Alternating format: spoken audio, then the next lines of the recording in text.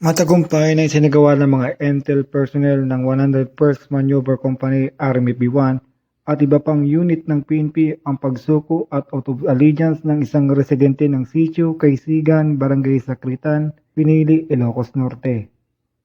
Ang individual, isang 55 taong gulang na magsasaka, ay dating sumusuporta umano sa isang kilalang rebeldeng grupo mula 1981 hanggang 1983.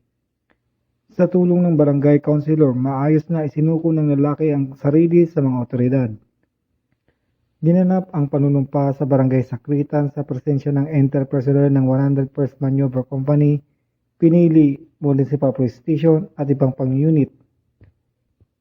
Ayon sa ulat, ang hakbang na ito ay bahagi ng patuloy ng kampanya upang hikayatin ang mga dating taga-suporta ng mga rebeldeng grupo na magbalik loob sa pamahalaan.